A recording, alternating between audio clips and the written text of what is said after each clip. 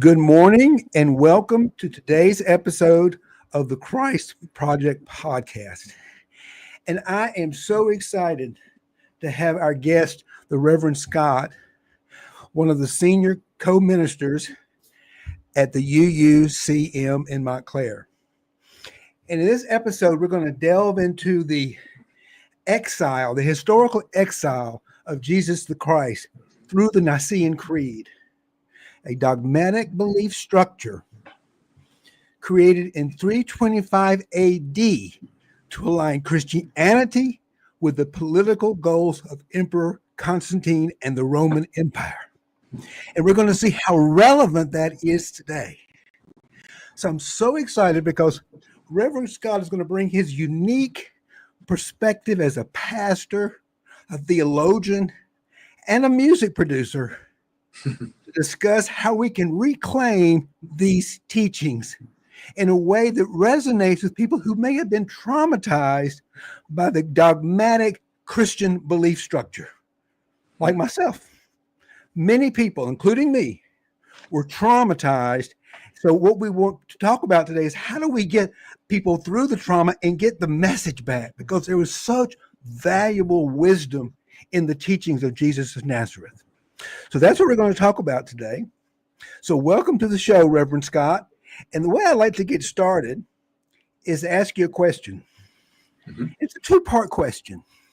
What did you love to do the most when you were a little boy growing up? And how does that, what you loved to do as a little boy, informed you to the man that you are today? Mm-hmm. And how it got you here on this program today?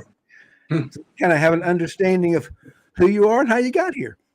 Certainly, I come from a large family. I grew up in Baltimore City and then later in suburban Baltimore, and I was in a neighborhood that was relatively new. It had lots of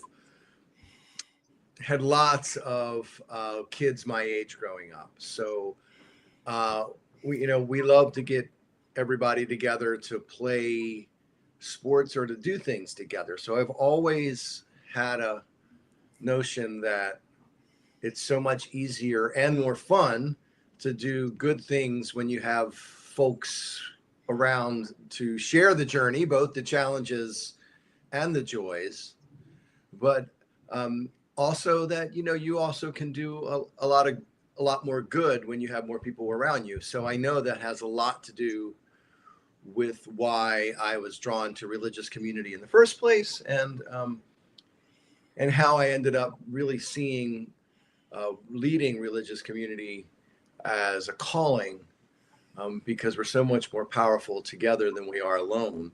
But of course, it's important that people were gathering around us too, right? We need to be aligned, and we need to be, reliable and accountable to one another.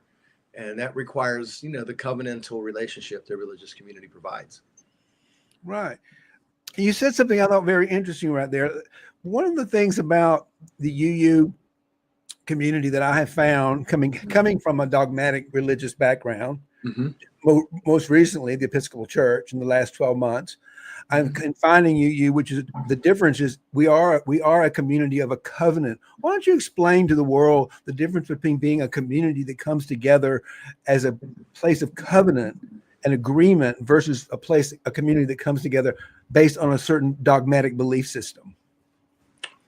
Certainly. So, I think the biggest mistake that most people make about congregational structure in life is that belief is that community is primarily about belief, but really faith is more about our covenant, our promises of how we're going to be with one another and how we're going to be accountable to one another. So covenants come from ancient practices. The earliest ones we know are in the ancient Near East, sort of east of what is today Israel. And those covenants were sort of like contracts among people that this is how we're going to be in relationship. I'm going to give you this. you're going to give me this in return. And if somehow we're not holding up our end of the bargain, then we have a way to try and restore the covenant. And often a religious community gets overlooked, sadly, too much, is that last piece, is how do we hold one another accountable to the mission that we said we're going to do? And how do we restore covenant when it's been broken? Beautiful. I love that. And for me, finding you guys at UUCM has been such a welcoming experience for me, because there is no belief system. And I, as a longtime Christian mystic, have had a real problem with the Nicene Creed, because it is the exact opposite of what Jesus taught us. He did not teach us to go out and create a church and worship him. He taught us to love each other and love one another. And so to me, the creed got us all off on the wrong foot in the first place. And I also believe everything is divinely orchestrated. So we had to go through that. Yeah. For some reason, for the last 250, however many years, since 325 AD, that's a lot longer than that, almost 2,000 years. I'd love to hear a little bit now about hear your talk about the Nicene Creed and the impact it had, give us a little historical understanding. And I'm going to try to add it from a Christian mystical perspective, some of the influence it's had on me. Okay. So why don't you start with just some historical information about how that creedal, that religion, Christianity, got centered around some type of dogmatic creed. Yeah, and so if you look at the history of faith throughout the ages, there were lots of religious belief systems in ancient times gathered around sort of common myths and understandings. But before the age of writing, there weren't so many things such as a creed. So there weren't these lists of belief statements that people had to swear allegiance to or show loyalty to, because there simply wasn't writing, and they couldn't etch it everywhere and teach it in the exact same way. So what ends up happening is, over time, the more ancient belief systems, let's just say they had a little more wiggle room. Now, there were sacrificial rites that had to be done in certain ways, or else they were deemed illegitimate throughout time. But what people believed in their hearts about what God or goddess or gods was really kind of up to them in the end, and really was not something that was policed. And so the other thing that's important to remember about ancient times is that in ancient times, the notion of the separation of church and state would never have occurred to hardly anyone, certainly not to anyone either in power or who was part of the state religion. Just think of it this way. In ancient times, there weren't like large police forces that roamed to make sure that you did what you were supposed to do, to obey the law, as it were. There were ways that people had judges and punished wrongdoing, but there wasn't that sense that you could pick up a phone or shout out your window and call for a police officer. That's not how. So order was maintained by instilling a strong sense of fear in the deity, and then also a belief that whoever was the ruler was somehow either a part of that deity or divinely chosen by that God. And so when you get to the time of Jesus, he's reacting specifically to what's happening in the Roman Empire. You got to remember that, Judea, around current day Jerusalem, that kingdom, had existed for hundreds and hundreds of years. And the Romans were the latest occupiers. That area has, since human history, has always been a crossroads for commerce, and everyone wanted to control it because it's next to the sea. It's towards the roads heading east to Asia, and so there was always somebody trying to run that place. And so in Jesus's time, it's the Romans who had sort of taken it over from the Greeks. And so the Romans had a state religion that basically said that the emperor was the son of God, right?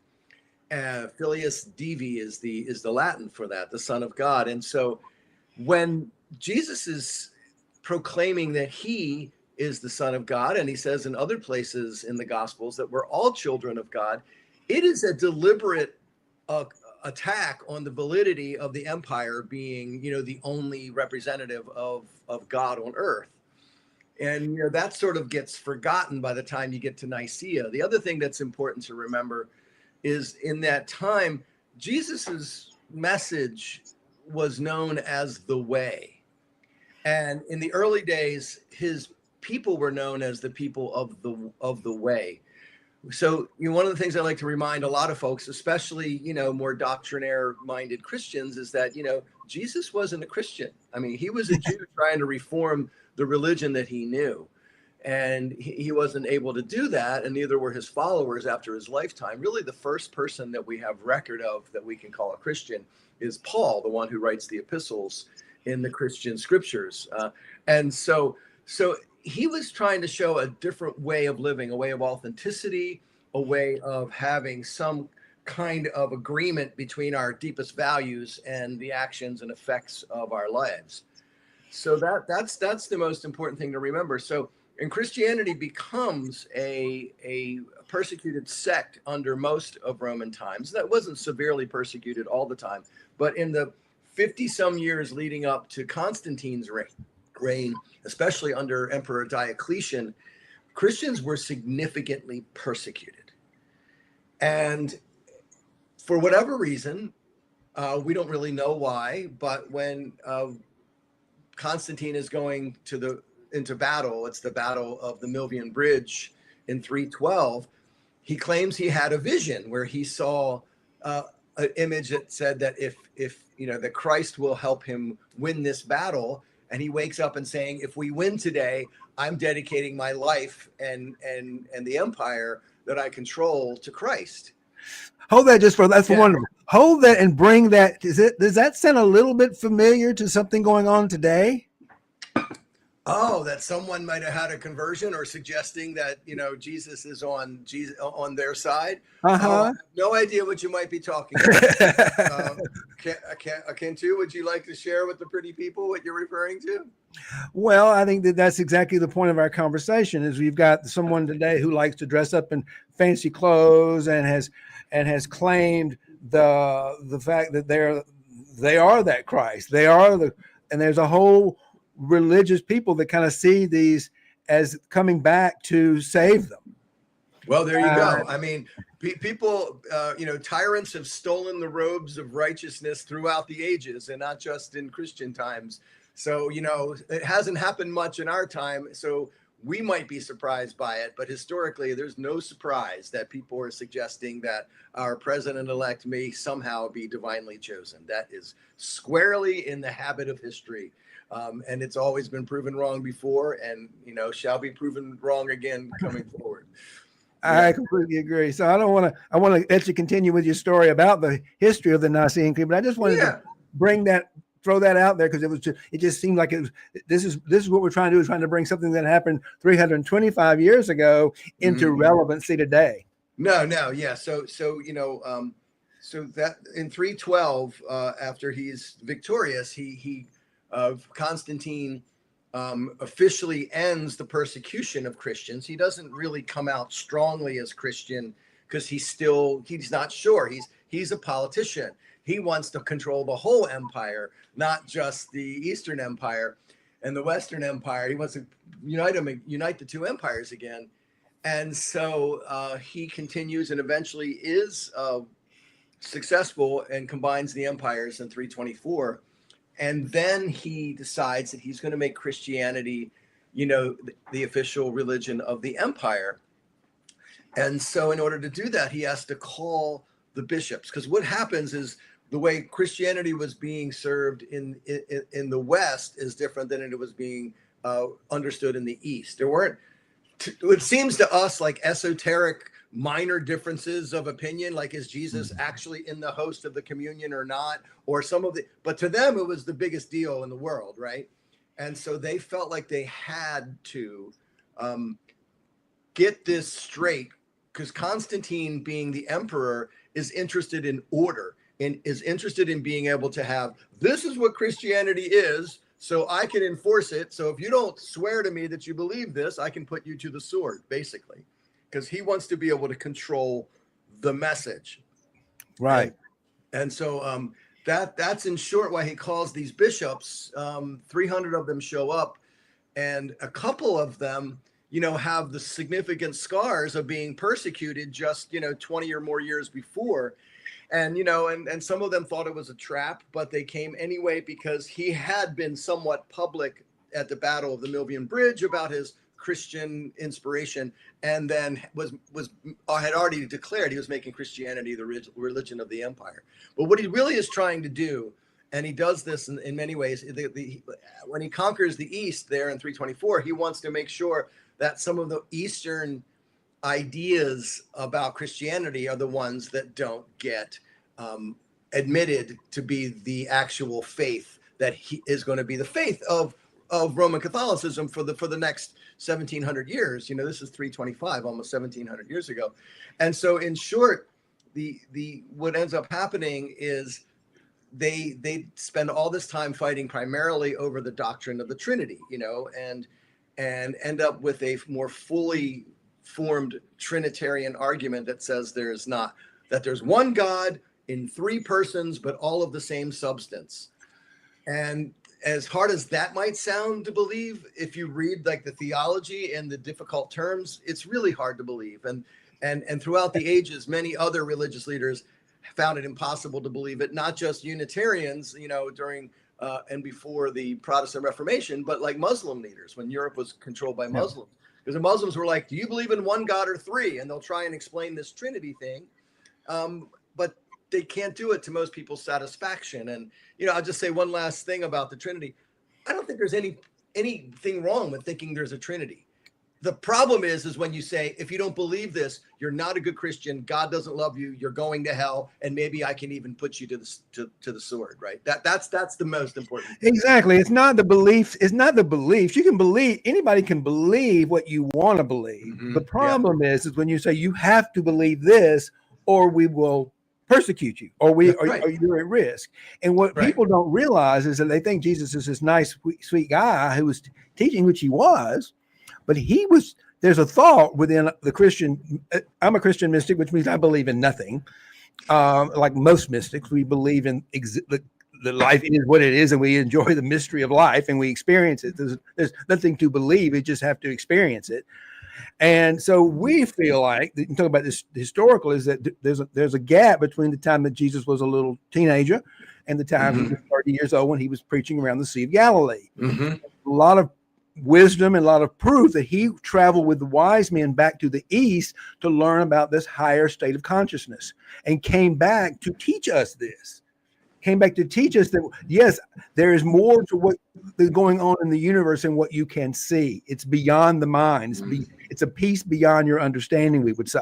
And so he was beginning to teach people but what happened was, he scared the Roman Empire because he now became a leader of a nonviolent resistance to the empire. And that's why he was executed, not because he was some kind of like blasphemy to the Jews. That's what they blamed. That was just to create anti-Semitism. He was executed because he was a leader of nonviolent resistance to the empire. So go ahead. No, I think you're spot on with that particular assertion, because crucifixion was not the normal capital punishment for just a common criminal, and it certainly wasn't the punishment for blasphemy. It was crucifixion was specifically the punishment for someone who was deemed an enemy of the state. Right.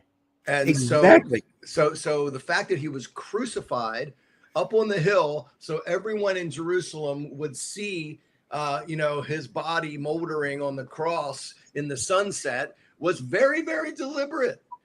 So it was meant to be as an example to all to not challenge the state. And he challenged the state in so many ways, and not in all the ways that people say, but he challenged the state in significant ways. Number one, what I already said about, claiming that we're all children of God, where the emperor says he's the only one, and where he basically says you have a freedom that you have yet to experience or express, and you have a right to be taken care of, no matter whether you are a slave or a master, or whether you are male, female, or in between, or whether you're a Gentile or a Jew. All these things are part of a radical message, because Rome is a very stratified society. It was wildly misogynistic. It was probably the most woman-hating major empire we know of in ancient times. And so all of these things, really are what made him seem like a threat to the Romans. Right. Do you think our current president-elect has any of these similar traits today? Oh, I've never had the exquisite pleasure of spending much time with him.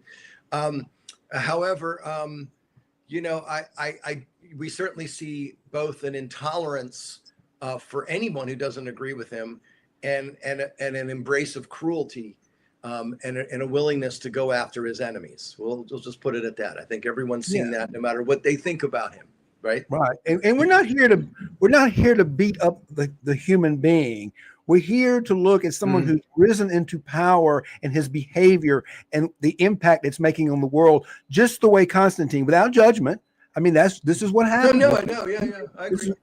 We're on the same page. I just want to make our audience realize we're not here to attack or beat up anyone, because it's my belief that we're all one anyway. So just for instance, Jesus says, in the Beatitudes, blessed are the peacemakers, right? For they are the children of God. Against children of God. And he also said, when someone strikes you, turn the other cheek. That's not what we're hearing from the president-elect. We heard from some of his minions almost like a thirst and a lust. One actually said, I can't wait to drive them through the streets, right? To drag them through the streets. So that is not Christ-like. No, it's not. It is not Christ-like. By definition, right? So. Yeah, I love that you brought up that beatitude. One of my favorite beatitudes, which has been so misunderstood, is blessed is he who is of righteousness. And they take righteousness back in the day of righteousness meant a lot more than someone who was virtuous or who followed the creed. That's kind of how it got interpreted in the current interpretation. Blessed are those who follow this creed. That is not what righteousness meant back in the days of magical, mystical Judaic time. It meant something much deeper than that. It meant blessed is that who's in alignment with that vibration. People who have an understanding of the vibration and the frequency of the universe. That's what we're talking about here. That's the person that will inherit there. That's the person that steps into this higher level of consciousness. Blessed is the person who has a yearning and a desire to connect with the divine. Well, I think, being both a musician, a music producer, and a drummer, I resonate with the Hindu concept of Nada Brahma, that the world is sound. So this notion of vibration, so when you talk about trying to ascertain and vibrate in accord with certain vibrations and not others, other ways to understand that is that we have a sort of an inborn moral sense. The father of liberal theology, Schleiermacher, talks about this. We have a moral sense that if we are able to take a step back and clear the nonsense of the world, we're able to kind of discern right from wrong. It's when we get caught up in the moment and we think we need to do something to prove an allegiance or to protect our friend or even to protect our nation, that we sometimes lose track of what is really true and what is really morally correct. And so this notion of vibration, I kind of understand more in that way, that there's something innate, but it requires effort. One of the things that I think is important to remember is none of the goodness that happens merely as a matter of will.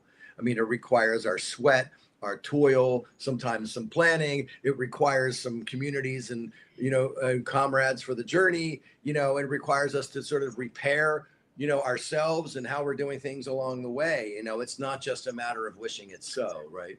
Yeah, I think this is something that I really liked about when I first joined UUCM, is that I learned was one of the things different about us. We have to do our own work.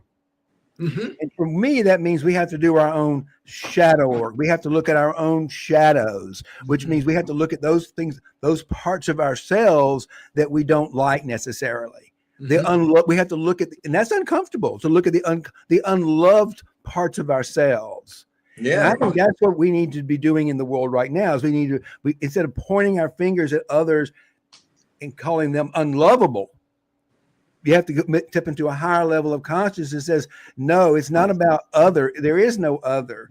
It's how are we showing up, and where are we doing our work individually in what I call shadow work, to love the parts of ourselves we deem unlovable. I don't like to use that word unlovable because it implies that someone's lovable and someone's not. Everybody, every human being, every life is all lovable. And that's our work, to learn to love both the unlovable parts of ourselves and when we do that, we are able to love the unloved part of other people. Mm-hmm. Sure, I understand that. And often the self-work is harder. That's why people turn outward, right? They don't want to confront their own darkness or their own complicity or their own, need to atone, so they don't go there. They turn it around. It's like, what's wrong isn't me. And they quickly turn it around, and project. Right. So we see that all the time. I can't remember who said it, but a famous theologian said, we hate the things in others that we most hate in ourselves. Exactly. That's exactly it. That is the core of shadow work. I've been doing it for 20 something years with the Mankind Project. That is, people say, what is shadow work? It's just learning to love and accept all the parts of ourselves so we can become whole. Because when we accept all the parts of ourselves as we are, then we can accept the world as it is, and we become more loving, more involved human. We want to be. I mean, I'm like you. I want to be involved in this evolutionary process. I feel very fortunate to be alive today with my wisdom, my knowledge, to help us navigate through these dark times. I hear you. People need to spend more time, nurturing themselves. Because we're most helped to others in the world when we've taken care of ourselves, right? And some people get self-absorbed in that, and they can't stop only looking at the darkness, and I think there comes a lot of depression and self-loathing. But I think we need to find healthier ways for us to do our own self-inventory, our own self-work. But also know when we've done enough for now, and now let's go to the other work, right? None of these things are good if that's all you do, right? Like, I think theology, spirituality is like a balanced diet. I don't think any just single one of them you be doing all of, because you just get caught in a loop of your own imagination and affirmation, and I'm not sure that's good for much.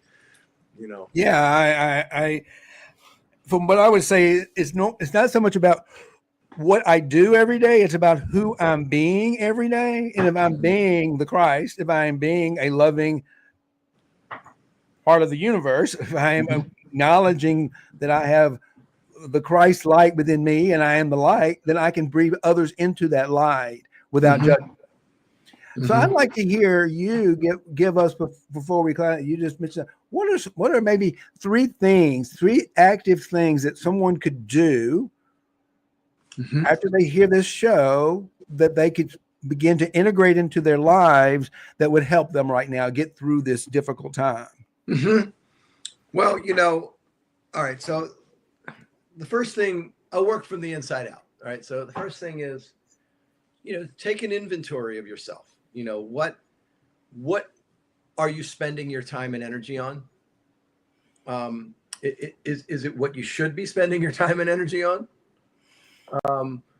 It's sort of like a spiritual audit. Think about what your core values are, and are you actually spending time living into them, right? And if not, find ways you can just do that more. None of us can live our value every minute, of our waking hours. So, but just see if you can do that some more. Take some inventory, make sure you're not spending time on stuff that drags you down, giving energy and power to people that are just going to tear you apart, or engaging stuff. For me, it's social media. I don't do social media because it just rips away at my mind and my heart. So I don't need it. I've never needed it, and I don't use it. Number two, I would say make sure that you're engaged in some activity that the community needs, and however you define the community, whether it's a congregation or the street you live on or some group that you care about, but some embodied activity that gives you some sense of fulfillment and achievement, but that also is helping to build the world that should be. And the other thing I would say is find, and maybe I should have had this as second, right? Find a community and gather frequently. It's so easy to believe all kinds of things if all we're doing is staying home alone and looking at our screens for whatever somebody's posted in the last 5 minutes. So put your screens down. Find a group of people that has some kind of values that align with your values, and find a way for you to be engaged with them. I mean, that's the beauty of congregational life when it's done well and we're focused on living our values and we're not getting distracted by fake fights, right? Is that we have so many different people who can do so many different things, and not every one of us does everything, but we're all moving in the same direction to build a better world that in some ways we've sort of agreed this is what makes the world better. So do that personal inventory, find a community that is worthy of your devotion and your time and energy, and do some embodied work with that community, deepening your relationships, finding your people, as it were, and making sure that the actions of your minds and your hearts and your body are helping to repair the world. I love that. And I'm going to tell you now, I'm going to respond with what I'm doing. And I'm doing all those things. First of all, every morning before I do my meditation practice, I'll add to that meditation. If you want to get in, there's no other way to get inside yourself than to meditate. I don't know any way to do it. Jesus taught us the prayer. It is to meditate. So I'm going to add, if there's something you're going to do to get in alignment, spend some time getting to know yourself. And what I always do in the morning, what you do in the first 7 minutes is very important. The first thing, when I get all my sort of morning things done, then I take my dog for a walk and I'll out and get to the bathroom and all that kind of stuff. But before I even get plugged in, is I take an inventory of what's my family. Do I have a family in Africa? I take an inventory. Where are they today? Where are they right now? I'm not interested in social media. I'm interested in where's my family today and what do they need? Because I want to take an inventory of what's going on in the world, in the people that I know and care about, before I can decide on what I want, how I want to serve that day. Because I know I want to serve the community, but I got to take an inventory of what I've got and what's going on before I can figure out what to serve. So I love that attitude. How do you serve? First, take an inventory of the people that you love. How are you living your life? What's going to happen that day? Let that inform you. And then I meditate to get into that higher level of consciousness. And then once I'm in that frame, and like you, I would say, I live from the inside out. Once I'm in touch with that intuition, once I'm in touch with that deeper connection with the divine, that's what's guiding me throughout the day, moment to moment to moment. I'm not thinking, what do I need to do in the future? I'm doing it because I'm being still and listening for that guidance from the divine. This is me taking your stuff and interpreting how I'm using it so people can know one way of doing this. So it's to take an inventory, to meditate. And every morning I have something I say to myself, how am I going to serve today? And Jesus talks about something called emptying. And and I find that I'm the happiest, healthiest, wealthiest I've ever been. And I constantly empty my bank accounts of all their money. I give everything away. I hold on to nothing. That is because, to me, that is what non-attachment is all about, is how do I let go of everything so that I can be of service to the world and I can love more freely. So not everyone can follow that particular path. So as a partner, remember, we all find a way to do that inventory differently, you know. Oh yeah, absolutely. Hey, let me share a little something about when I walked someone through a spiritual audit once. They were really troubled and having Yeah, I'd love to hear that. Go ahead. they were having a hard time at work and at home, and they seemed like they were really with it, you know, from the outside, but they were just real profoundly unhappy. And it was something very simple, you know. We spoke for a while, and I had them do a life audit where they just simply jotted down what they spent their waking hours doing. And then when I met with them a second time, I said, what was the one thing that you remember that really gives you life? And she said, sing. Well, she didn't sing in that whole week that she took that life audit. And I'm like, so how come you didn't sing any in this week? And so what we had to do is we had to look through her schedule. You know, we end up accepting the burdens we place upon ourselves as something we have to do perpetually, which isn't true. And so we found a couple of places where she could maybe not do this and not do that, and she was able to join a choir. Now, you know, and so it really made a difference in her life. So sometimes it's really something that simple. You know, for another guy, it was like going for a walk. He just ended up making himself too busy, and he didn't take his afternoon walk with his wife, and he was miserable. I'm like, so what are you not doing that you used to do? You know, and sometimes people don't want to hear you say to them, well, you need to start doing that again, because they can't imagine changing their schedule. So the magic, the dance in that relationship, you know, as a pastor is, you know, you actually have more power over your schedule than you think. And that's true for most of us, though not all of us. Yeah. And I really love the way you framed that, because what you said, and again, meditate, you said, well, what do you love? That was the first question I asked you. What did you love to do when you were a little boy? Mm-hmm, mm-hmm. You said, I love to sing. What does singing do? It raises her vibration. That's a wonderful way to meditate. And when I'm saying meditate, I'm not saying you have to sit on a cushion and say Om. That's right. You know, you might be a drummer, and that might be your meditation. That might be how you connect with the divine and create that flow in yourself.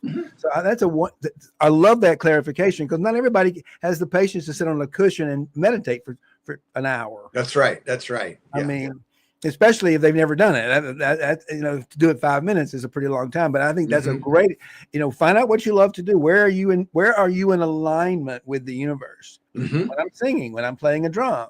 Yep.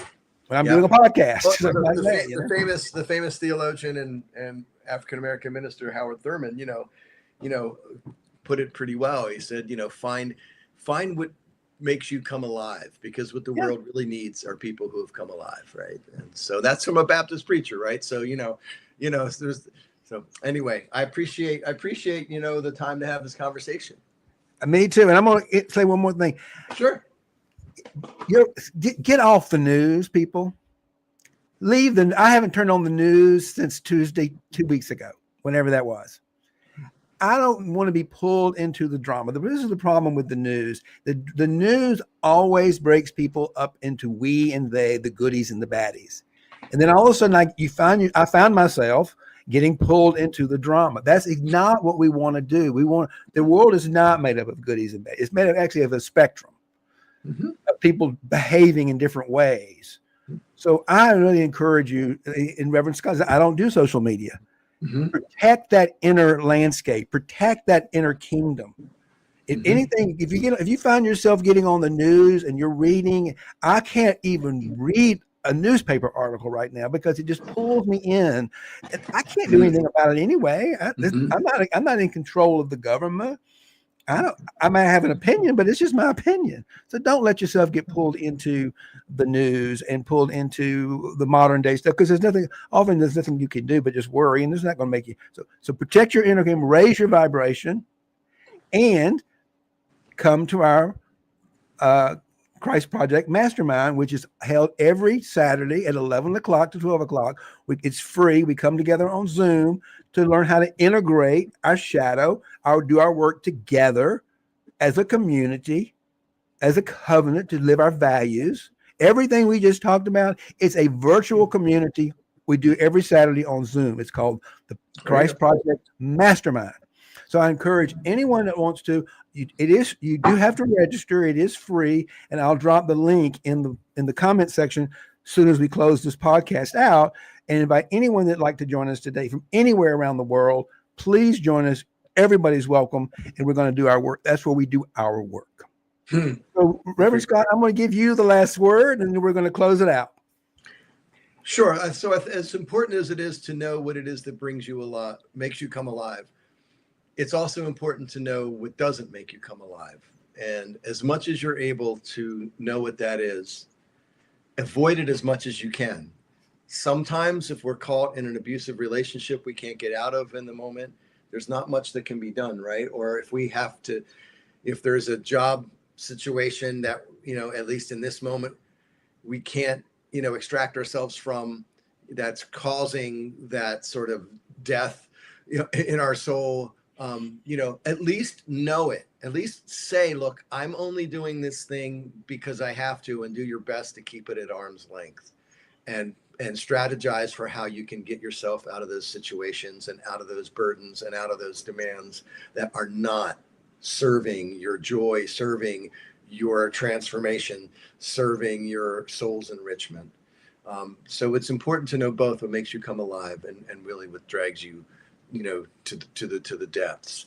And don't be afraid to imagine a new way of living, because we all have a power beyond our knowing, and we all are needed in groups of other people to share our light, our spiritual intuition. So people need to hear what you think and what your soul is singing to you. Thank you, and may love and peace prevail. Thank you so much for this